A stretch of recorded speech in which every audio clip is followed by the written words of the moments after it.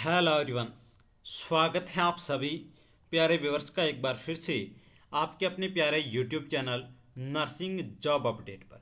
जी हाँ दोस्तों, आज की सेशन के अंदर आपकी क्लास नंबर दोस्तों कितनी रहने वाली है। आप सभी को पता है कि हमने 15 क्लासेज ऑलरेडी डिस्कस कर ली है। आज की आपकी क्लास नंबर दोस्तों 16 रहने वाली है।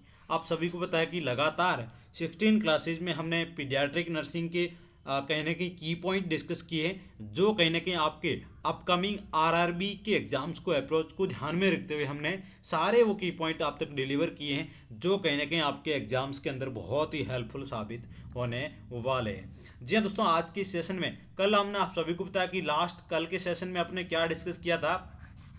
आपके जितने भी इम्यूनाइजेशन के क्वेश्चंस थे, इम्यूनाइजेशन शेड्यूल को बहुत अच्छे से अपने डील किया था। तो दोस्तों आज के सेशन के अंदर दोस्तों हिस्ट्री पढ़ने वाले हैं। इम्यूनाइजेशन शेड्यूल से रिलेटेड आपके जो भी क्वेश्चंस बनते हैं वो अपन पढ़ने वाले हैं। जी हाँ दोस्तों, सबसे पहले बात करें तो आपका ग्लोबल इम्यूनाइजेशन प्रोग्राम कब लॉन्च हुआ था, तो 1974 के अंदर। 1974 के अंदर आपका ग्लोबल, आप सभी लोग दोस्तों नोट डाउन जरूर कर लें, यहाँ से आपका एग्जाम्स के अंदर क्वेश्चंस बनने वाला है। बहुत ही इंपॉर्टेंट आज की सेशन में मैं आपको कहीं ना कहीं की पॉइंट करवाने वाला हूँ, जो कहीं ना कहीं आपके अपकमिंग एग्जाम्स के अंदर दोस्तों बहुत ही हेल्पफुल साबित होने वाले हैं। Global immunization programme launched in 1974। Clear चीज़ है, 1974 के अंदर आपका ग्लोबल इम्यूनाइजेशन प्रोग्राम है वो लॉन्च हुआ था। क्लियर चीज़ है। अब दोस्तों सेकंड वन अपन बात कर लेते हैं कि आपका जो एक्सपांडेड प्रोग्राम ऑफ इम्यूनाइजेशन कब कहीं ना कहीं आपका लागू हुआ था, तो आपका वो हुआ था 1978। 1978 के अंदर दोस्तों expanded programme of immunization, expanded programme of immunization, programme of immunization, इसको आप पूरा लिख लें, इम्यूनाइजेशन। क्लियर चीज़ है। तो ये आप नोट डाउन दोस्तों जरूर करें, आपके एग्जाम्स के अंदर बहुत ही हेल्पफुल ये साबित होने वाला है। जी हाँ दोस्तों, बात करें तो जो आपका यूनिवर्सल इम्यूनाइजेशन प्रोग्राम है वो रीनेम कब हुआ था, रीनेम्ड कब हुआ था, तो आप नोट डाउन कर ले दोस्तों 1985 के अंदर। 1985 के अंदर दोस्तों renamed of renamed as UIP, जिसको दोस्तों आपका यूनिवर्सल इम्यूनाइजेशन प्रोग्राम के नाम से रीनेम कर दिया गया था 1985 को। 1985 में क्लियर चीज़ है, यूनिवर्सल इम्यूनाइजेशन प्रोग्राम, जिसको दोस्तों बात करें तो किस में कन्वर्ट किया गया था, national immunization programme. National universal immunization programme को आपका नेशनल इम्यूनाइजेशन प्रोग्राम कर दिया गया था, नेशनल इम्यूनाइजेशन प्रोग्राम। क्लियर चीज़ें, ये सभी चीज़ें दोस्तों नोट डाउन आप जरूर करें, आपके एग्जाम्स के अंदर बहुत ही हेल्पफुल दोस्तों साबित होने वाला है। क्लियर चीज़ें। अब दोस्तों आप सभी को पता है कि आपका जो पल्स पोलियो प्रोग्राम है वो कब आया था, 1995 से लेके 1996 के अंदर। 1996 के अंदर आपका पल्स पोलियो प्रोग्राम आया था, पल्स पोलियो प्रोग्राम, BBB। जी हाँ दोस्तों, pulse polio programme, pulse polio programme आपका कब आया था, 1995 से लेके 1996 के अंदर आपका आया था। क्लियर चीज़ है। एक आप सभी को पता है कि गावी करके आया था, कब आया था, जिसकी फुल फॉर्म रहने वाली है ग्लोबल एलियंस वैक्सीन इम्यूनाइजेशन। जी हाँ दोस्तों, 1999। जी हाँ दोस्तों, GAVI दोस्तों, इसकी आप फुल फॉर्म नोट डाउन कर लें। जी मीन्स आपका हो गया global, global,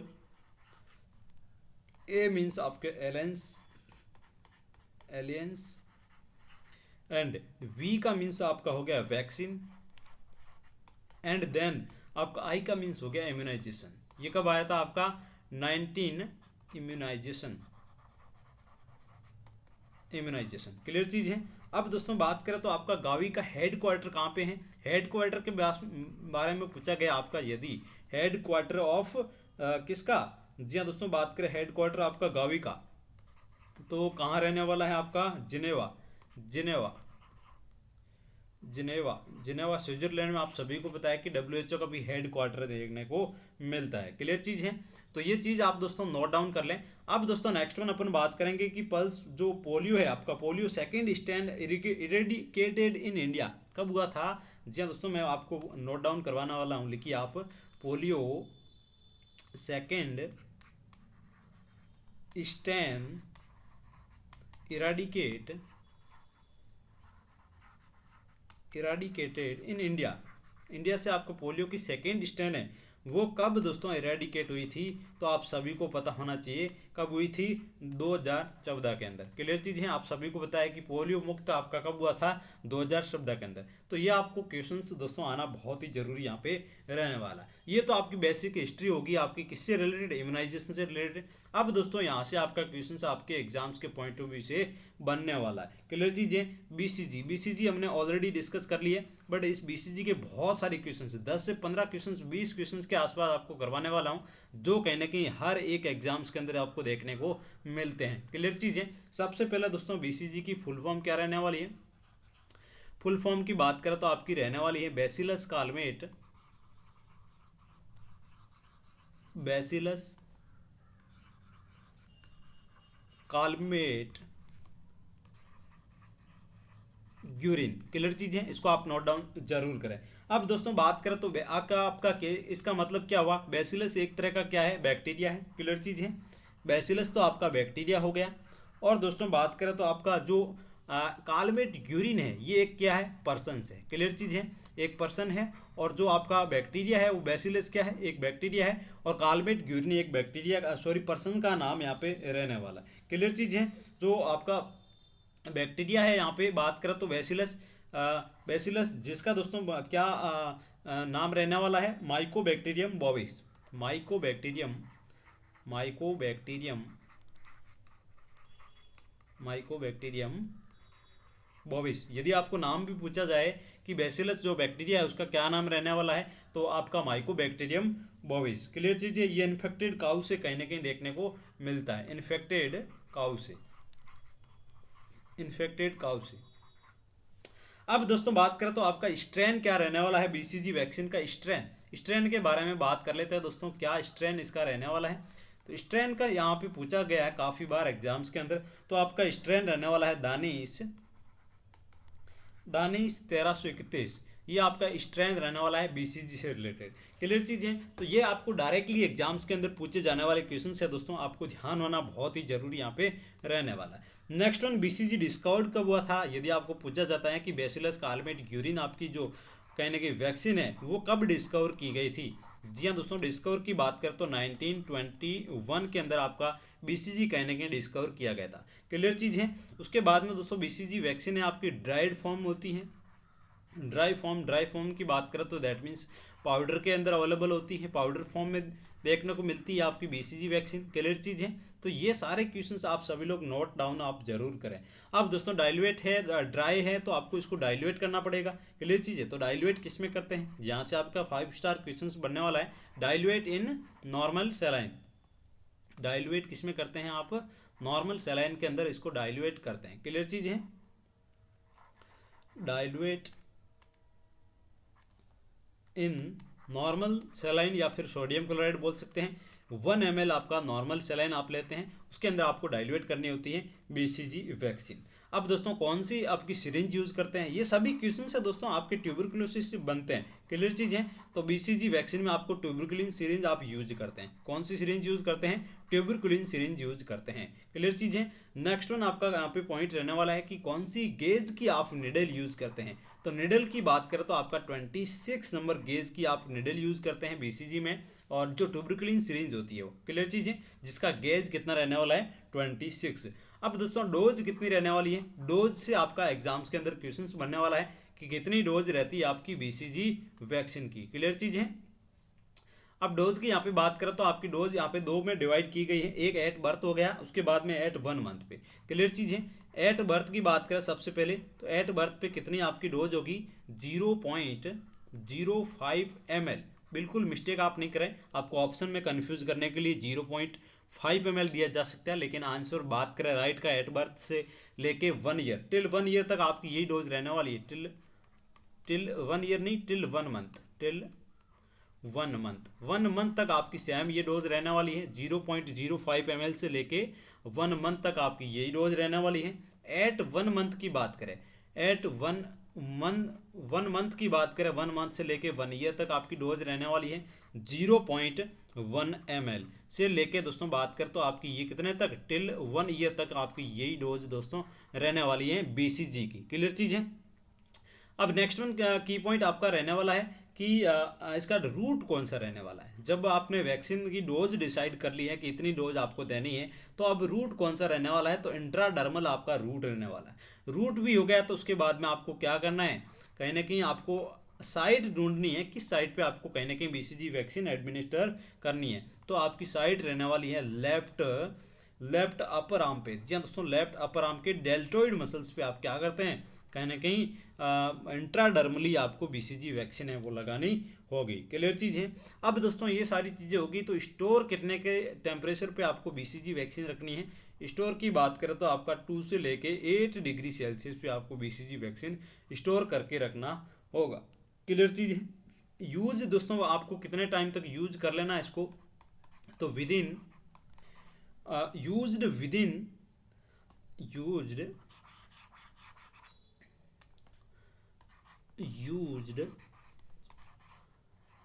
within 3 to 4 hours after dissolve. आप यदि वैक्सीन को डिजोल्व कर रहे हो, तो डिजोल्व करने के आपके 3 to 4 आवर्स के अंदर अंदर आपको क्या करना है, वैक्सीन को यूज कर लेना है। उसके बाद में आप यदि 3 to 4 आवर्स यूज नहीं कर पाते हैं, देन आपको क्या करना है, उसको डिस्कार्ड कर लेना है। क्लियर चीज़ें। देन आपको डिस्कार्ड करना है, डिस्कार्डेड आफ्टर 6 आवर के बाद में आपको बीसीजी है वो कहने के डिस्कार्ड कर लेनी है। क्लियर चीज़ है। ये तमाम क्वेश्चंस आपके बीसीजी वैक्सीन से रिलेटेड बन रहे हैं। क्लियर चीज़ है। सभी दोस्तों आप नोट डाउन जरूर करें, इसके बहुत अच्छे से दोस्तों नोट्स आप जरूर बनाएं। बीसीजी ओनली प्रिवेंटेड फ्रॉम, दोस्तों बात करें तो बीसीजी किसको प्रिवेंट करती है, BCG only prevent from extra pulmonary tuberculosis, extra pulmonary TB. जी हाँ दोस्तों, एक्स्ट्रा पल्मोनरी जो आपकी टीबी है उसको कहीं ना कहीं प्रिवेंट करती है। एक्स्ट्रा पल्मोनरी ट्यूबरकुलोसिस को प्रिवेंट करती है बीसीजी। जी हाँ दोस्तों, बात करें तो सीवियर टाइप ऑफ टीबी है उसको कहीं ना कहीं आपका कहाँ है, प्रिवेंट करता है। एज ग्रुप की बात करें, कितने साल तक आपकी जो बीसीजी है वो कहीं ना कहीं टीबी को प्रिवेंट करती है, तो prevent from 15 to 20 year of the age, 20 year of the age. जी हाँ दोस्तों, 15 से 20 साल तक कहीं ना कहीं आपको ट्यूबरकुलोसिस से प्रिवेंट किया जाता है। बीसीजी वैक्सीन कहीं ना कहीं प्रिवेंट करती है टीबी से 15 से 20 साल, जो आपकी एक्स्ट्रा पल्मोनरी टीबी होती है उससे प्रिवेंट करती हैं। अब दोस्तों बहुत ही इंपॉर्टेंट आपका यहाँ पे क्वेश्चंस बनने वाला है। क्या क्वेश्चंस बनने वाला है कि बीसीजी वैक्सीन आपका परमानेंट स्कार बनाती है, तो सबसे पहले आपका पैप्यूल बनता है। स्कार बनने से पहले इसकी क्रोनोलॉजी की बात कर लेते हैं कि क्या क्रोनोलॉजी आपकी रहने वाली है। बीसीजी वैक्सीन के बाद में जो आपका पैप्यूल बनता है, उसके बाद में आपका रप्चर होता है और हीलिंग होकर आपका परमानेंट स्कार बनता है, वो किस एज ग्रुप में आपका बनता है। क्लियर चीज़ है। तो 1 by 1 अपन जान लेते हैं। सबसे पहले दोस्तों आपका पैप्यूल बनता है। पैप्यूल कब एपियर होता है दोस्तों, पैप्यूल की बात करें तो पैप्यूल एपियर कब होता है, पैप्यूल के बाद में दोस्तों क्या होगा, आपका ग्रोथ होगी और रप्चर होगा। तो ग्रोथ के बाद में आप ग्रोथ एंड रप्चर देखने को मिलेगा। रप्चर होने के बाद में दोस्तों क्या होगा, यहाँ पे बात करें तो आपका परमानेंट हीलिंग होके आपका स्कार बन जाएगा। तो हीलिंग एंड स्कार कब देखने को मिलता है, ये तीनों दोस्तों बहुत ही इंपॉर्टेंट है। इन तीनों में से आपको क्वेश्चन पूछा जा सकता है। क्लियर चीज़ है। इन तीनों को आप सभी को कहीं ना कहीं नोट डाउन जरूर करें तीनों को। क्लियर चीज़ है। चलिए सबसे पहले दोस्तों बात करें तो आपका पैप्यूल कब एपियर होता है, तो 2 to 3 वीक्स पे आपको कहीं ना कहीं पैप्यूल देखने को मिलता है। कितने वीक पे, 2 to 3 वीक्स पे। क्लियर चीज़ है। वहीं दोस्तों बात करें तो ग्रोथ होकर रप्चर कब होता है, तो 4 to 5 वीक। क्लियर चीज़ है। 4 to 5 वीक पे आपका कहीं ना कहीं रप्चर हो जाता है। उसके बाद में दोस्तों अपन बात कर लेते हैं आपका हीलिंग होगी स्कार कब बनाता है, परमानेंट स्कार एकमात्र वैक्सीन है जो परमानेंट स्कार बनाती है 8 to 12 वीक। 8 to 12 वीक, यदि वीक के अंदर नहीं पूछा गया, मंथ के अंदर पूछा गया तो 2 to 3 मंथ के अंदर आपका परमानेंट स्कार बना देती है बीसीजी वैक्सीन। एकमात्र ऐसी वैक्सीन है। यदि एक आंसर आपको टिक करना है तो आपका आंसर जाने वाला है कौन सा, 8 वीक। क्लियर चीज़ है। कितना जाएगा, 8 वीक या फिर 2 मंथ या फिर 8 वीक आपका आंसर दोस्तों जाने वाला है। एक आंसर यदि आपको पूछा जाता है तो वहाँ पे क्या आंसर जाने वाला आपका, यहाँ पे 8 वीक जाने वाला है। क्लियर चीज़ है। तो ये तमाम क्वेश्चंस हो गए आपके बीसीजी वैक्सीन से रिलेटेड। मैंने आपको बता दिए, सारे क्वेश्चंस बता दिए हैं। आप सभी लोग इसको नोट डाउन जरूर करें, स्क्रीनशॉट भी आप ले सकते हैं। ये सभी चीज़ें आपको याद होना बहुत ही ज़रूरी है। बीसीजी रिलेटेड बहुत सारे क्वेश्चंस बताए मैंने कि क्या फुल फॉर्म रहने वाली है, स्ट्रेन क्या है, डिस्कवर कब हुई थी, और बात करें तो आपकी ड्राई फॉर्म में होती है, डाइल्यूट किस में करते हैं, नॉर्मल सेलाइन में करते हैं, ट्यूबरकुलिन सिरिंज यूज़ करते हैं, 26 गेज की होती है, इतनी डोज होती है, रूट कौन सा होता है, ये तमाम चीज़ें मैंने आपको डिस्कस करवा दी है। क्लियर चीज़ है। तो उसके बाद में दोस्तों बीसीजी वैक्सीन का आपका पेप्यूल बन गया, परमानेंट कहीं ना कहीं हीलिंग होगी, स्कार बन गया। उसके बाद में दोस्तों बात करें तो इसके साइड इफेक्ट भी देखने को मिलते हैं। तो साइड इफेक्ट क्या रहने वाले हैं वो अपन डिस्कस कर लेते हैं। Side effect of BCG bacillus Calmette Guerin के क्या क्या दोस्तों साइड इफेक्ट आपको देखने को मिलेंगे। सबसे पहले आपका साइड इफेक्ट यहाँ पे रहने वाला है कि एब्सिस फॉर्मेशन आपको देखने को मिल जाएगा। क्या देखने को मिलेगा? Abscess formation. एब्सिस फॉर्मेशन क्यों देखने को मिलेगा? तो आप सभी को पता है कि सबसे पहले पेप्यूल बनता है, पेप्यूल बनने के बाद में आपका क्या होगा, रप्चर होता है। उसके बाद में तो इसमें क्या होता है, वुंड बात करें तो ओपन देखने को मिलेगा, वुंड आपका ओपन होगा, ओपन वुंड, ओपन वुंड होगा तो आपको क्या देखने को मिलता है, कहीं ना कहीं माइक्रो ऑर्गेनिज्म डेवलप होंगे, माइक्रो ऑर्गेनिज्म डेवलप होंगे। क्लियर चीज़ है। माइक्रो ऑर्गेनिज्म डेवलप होंगे तो आपका वहाँ पे क्या होगा, इन्फेक्शन होकर आपका पस फॉर्मेशन आपको देखने को मिलेगा, पस फॉर्मेशन आपको देखने को मिलेगा। ये आपकी दोस्तों साइड इफेक्ट की बात कर रहा हूँ मैं। एब्सिस फॉर्मेशन देखने को मिलेगा आपका बीसीजी वैक्सीन से रिलेटेड। क्लियर चीज़ है। पस फॉर्मेशन होगा तो कहीं ना कहीं वहाँ पर आपको एब्सिस बन जाएगा। क्लियर चीज़ है।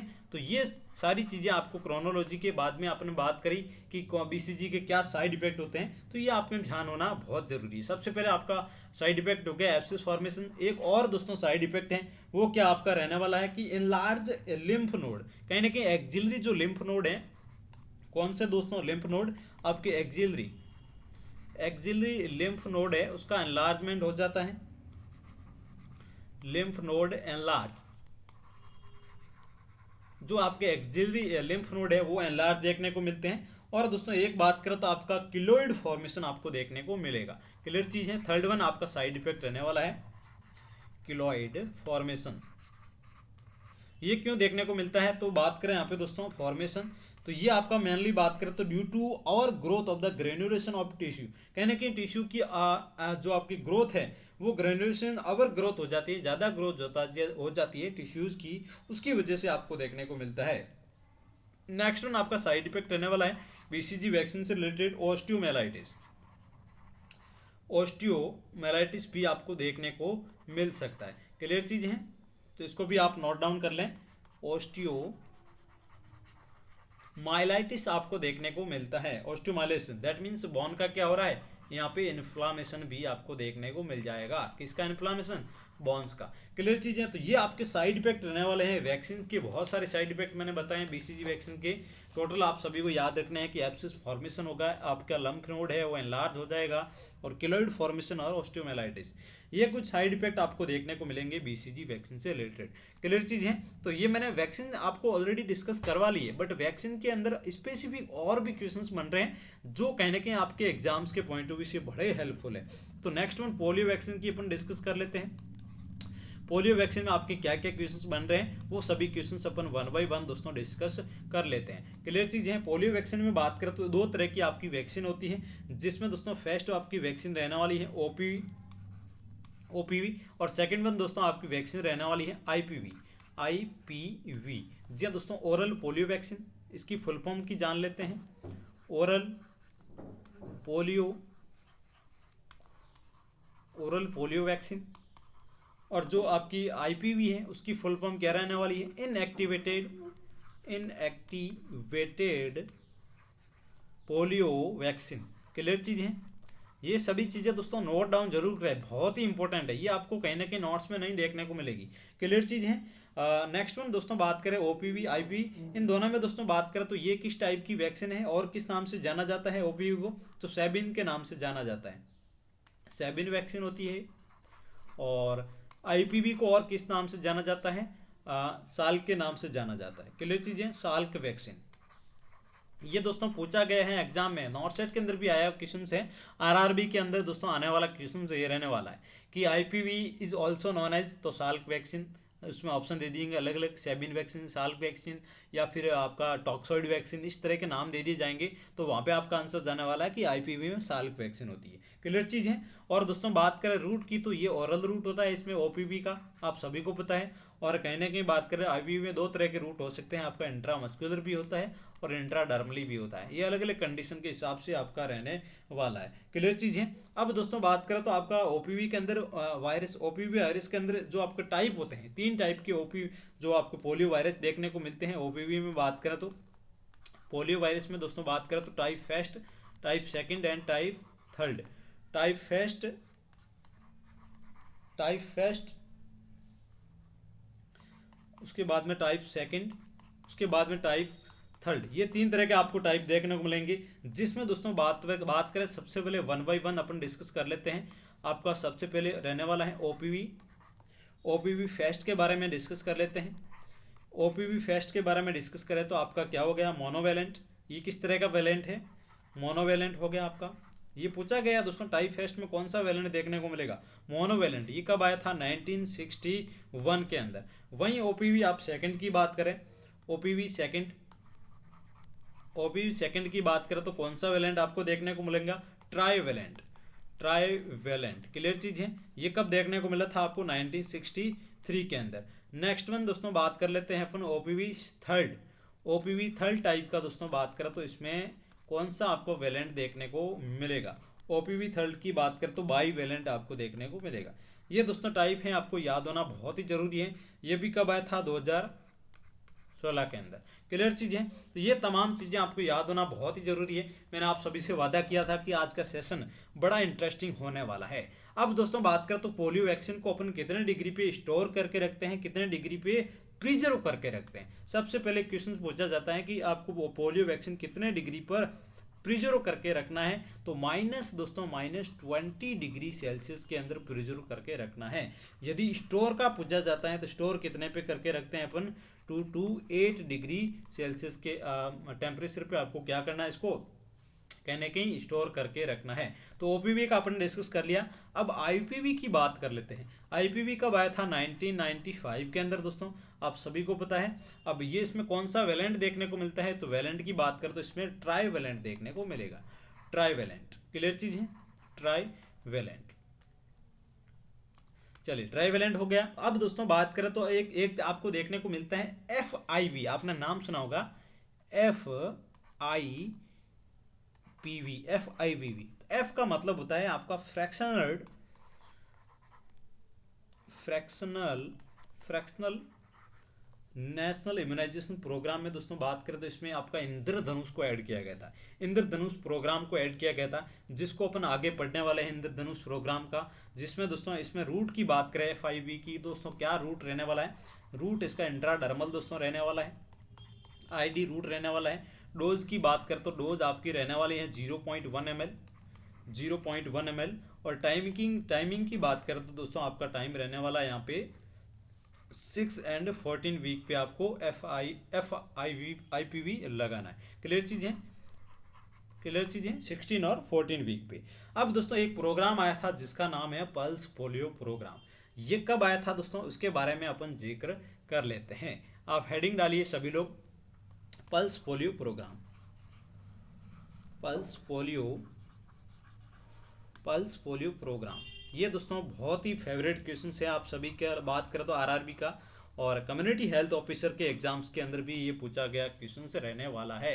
तो आपका पल्स पोलियो प्रोग्राम कब स्टार्ट हुआ था, 1995 से लेके 1996 में। तो यहाँ पे क्वेश्चन पूछा जाएगा कि कौन सा मंथ है, तो 1995 का आपका दिसंबर 1995।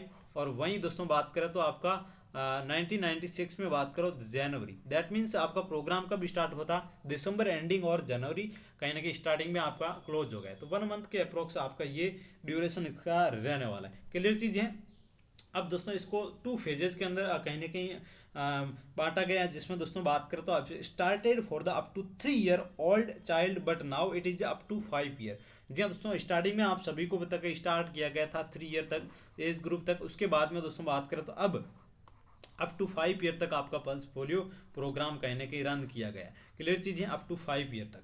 क्लियर चीज़ है, जिसमें दोस्तों ओपीवी डोज की बात करें तो 5+ आपकी पल्स पोलियो की डोज यहाँ पे रहने वाली है। डोज कितनी रहती है पल्स पोलियो की, तो 5+ आपकी जो डोज है वो कहीं ना कहीं रहने वाली है पल्स पोलियो प्रोग्राम के अंतर्गत। क्लियर चीज़ है, जिसमें जिसमें बात करें तो ओपीवी की डोज होती है आपकी बिफोर 6 मंथ आपको देनी है, और आफ्टर 6 मंथ यदि आप चाइल्ड को डेवलप कर रहे हैं तो हैंड कोऑर्डिनेशन कहने के माउथ है, हैंड कोऑर्डिनेशन माउथ आपका कहीं ना कहीं हो जाएगा डेवलप। तो वहाँ पे आपका पोलियो कहीं ना कहीं बात कर तो फीको ओरल रूट से फैल सकता है। तो वहाँ पे आपका कौन सा कहीं ना कहीं आपको देखने को मिलता है, पोलियो माइलाइटिस देखने को मिल सकता है, जिसका दोस्तों रूट बात करें तो पोलियो फैलने का फीको ओरल रूट रहता है। क्लियर चीज़ है, जिसमें दोस्तों बात करें तो एक किस कैनाल से फैलता है, तो एलिमिनेटरी कैनाल से आपको पोलियो है कहीं ना कहीं फैलता हुआ देखने को मिल सकता है। ये तमाम क्वेश्चंस आप सभी को दोस्तों याद होना बहुत ही जरूरी यहाँ पे रहने वाले हैं।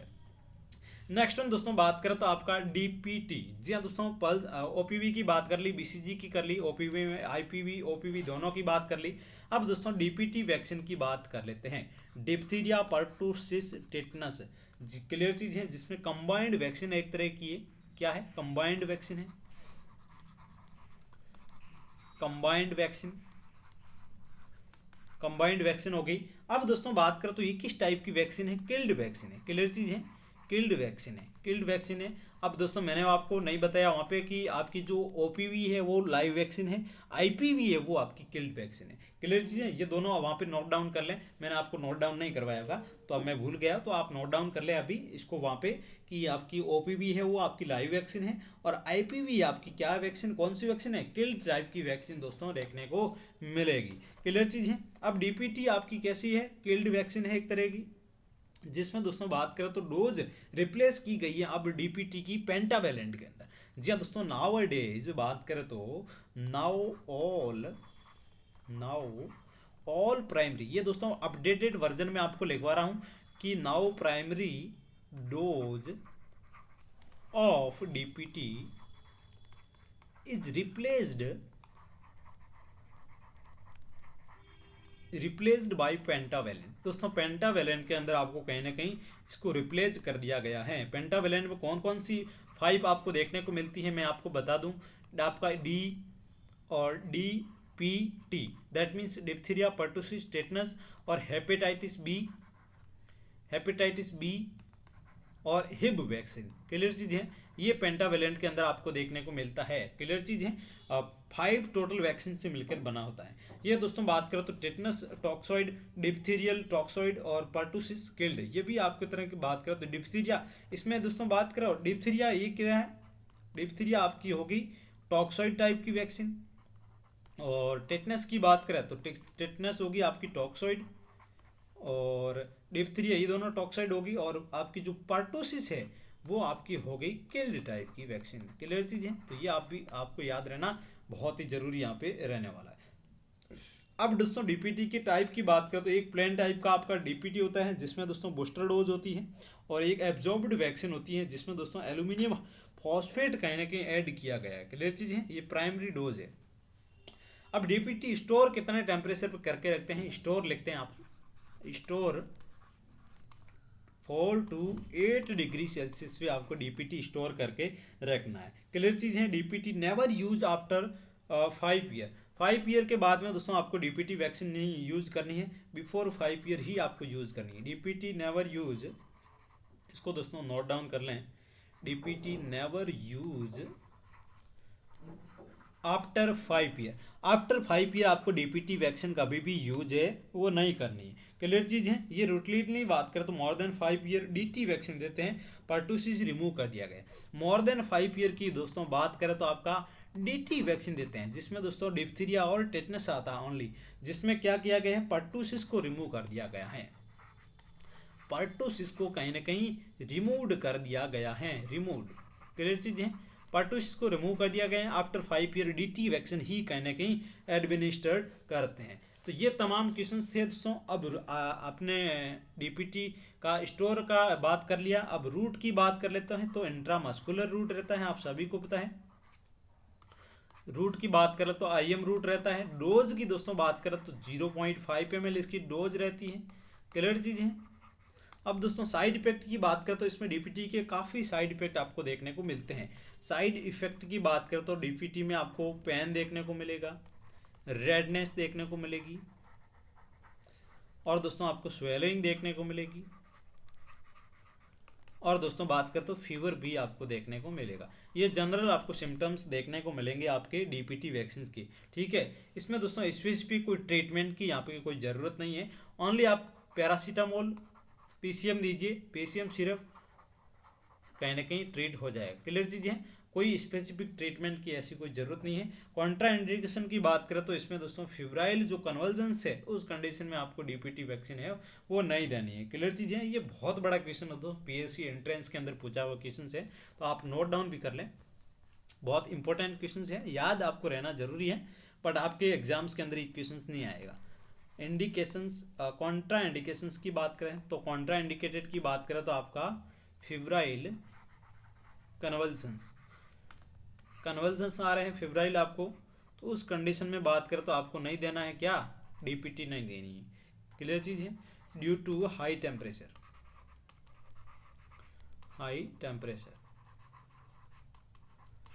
ये दोस्तों आपको क्वेश्चंस पूछा गया है, किसके अंदर क्वेश्चन पूछा गया है, पीएचडी एंट्रेंस के अंदर ये क्वेश्चंस पूछा गया है। तो ये दोस्तों डीपीटी के बारे में अपन ने जान लिया। अब दोस्तों बहुत इंपॉर्टेंट क्वेश्चंस बनने वाले हैं मीजल्स वैक्सीन से रिलेटेड। मीजल्स, जी हाँ दोस्तों, मीजल्स से बहुत सारे क्वेश्चंस बनने वाले हैं, आप इसको नोट डाउन दोस्तों जरूर करें। मीजल्स से बहुत सारे क्वेश्चंस आपके एग्जाम्स के अंदर दोस्तों बनने वाले हैं। क्लियर चीज़ है, इसको नोट डाउन कर लें, मीजल्स के बहुत सारे क्वेश्चंस बनने वाले हैं। क्लियर चीज़ है, चलिए वन बाय वन अपन जान लेते हैं, मीजल्स के क्वेश्चंस जान लेते हैं। सबसे पहले मीजल्स एक तरह की क्या है, लाइव वैक्सीन है, लाइव वैक्सीन है। क्लियर चीज़ है, नंबर 1 क्वेश्चन हो गया मीजल्स का। और रूट की बात करें तो आपका कौन सा रूट हो गया, सबक्यूटेनियस रूट है, ये सबको पता है, सबका फेवरेट है, सबक्यूटेनियस रूट हो गया। अब डोज कितनी होगी आपकी, रूट हो गया तो डोज आपको डिसाइड करनी है, तो कितनी डोज है, 0.5 ml इसकी डोज रहने वाली है। डोज हो गई। अब बात करें तो ये पाउडर फॉर्म में है या लिक्विड फॉर्म में रहती है, तो ड्राइड फॉर्म में आपको देखने को मिलती है, ड्राई होती है, पाउडर फॉर्म में अवेलेबल होती है। क्लियर चीज़ है, पाउडर फॉर्म में हो गई तो इसको कहीं ना कहीं डाइल्यूट भी करना होगा, तो डाइल्यूट किसके अंदर करते हैं अपन, डिस्टिल वाटर के अंदर या फिर स्ट्राइल वाटर, स्ट्राइल वाटर या फिर डिस्टिल वाटर के अंदर क्या करते हैं अपन। नंबर 1 हो गया, नंबर 2, ये दोनों में से कोई भी ऑप्शन है तो वहाँ पे आंसर जाने वाला है right, double distil water, double distilled water. Clear चीज़ है, डिस्टिल वाटर से कहीं ना कहीं डाइल्यूट किया जाता है या फिर स्ट्राइल वाटर से कहीं ना कहीं किया जाता है डाइल्यूट। अब दोस्तों टेम्परेचर की बात करें तो कितने टेम्परेचर पे आपको मीजल्स वैक्सीन रखना होता है, तो प्रिजरो की बात करें तो हमने सबसे पहले प्रिजरो की पोलियो की बात करें तो पोलियो -20 पे रखते हैं और स्टोर 4 to 8 डिग्री सेल्सियस पे रखते हैं। तो वहीं बात करें ये प्रिजर्व करके रखते हैं मीजल्स 30 डिग्री से लेके -40 डिग्री। जी हाँ दोस्तों, -40 डिग्री सेल्सियस, -30 डिग्री से लेके -40 डिग्री सेल्सियस पे कहीं ना कहीं प्रिजर्व करके रखते हैं। और पोलियो की हमने बात की तो वहाँ आपका 20 था वहाँ, और यहाँ पे स्टोर की बात करें तो 2 to 8 डिग्री सेल्सियस पे इसको स्टोर करके रखा जाता है मीजल्स को। क्लियर चीज़ है, और 3 to 4 आवर्स के अंदर अंदर बीसीजी वैक्सीन आपको यूज़ करनी थी, आफ्टर 6 आवर आपको डिस्कार्ड करनी थी। मीजल्स की बात करें तो measles up to used up to 3 year, used up to 3 year आपको, सॉरी 3 आवर्स है। क्लियर चीज़, मैंने मिस्टेक से बोल दिया गलत, 3 आवर्स तक आपको यूज कर लेना है मीजल्स को, उसके बाद में आपको डिस्कार्ड कर लेना है। क्लियर चीज़ है, और यदि कंटामिनेटेड आप मीजल्स वैक्सीन लगा रहे हैं क्या, तो क्या कोज करेगी, कंटामिनेटेड, इसको भी आप नोट डाउन कर लें दोस्तों, कंटामिनेटेड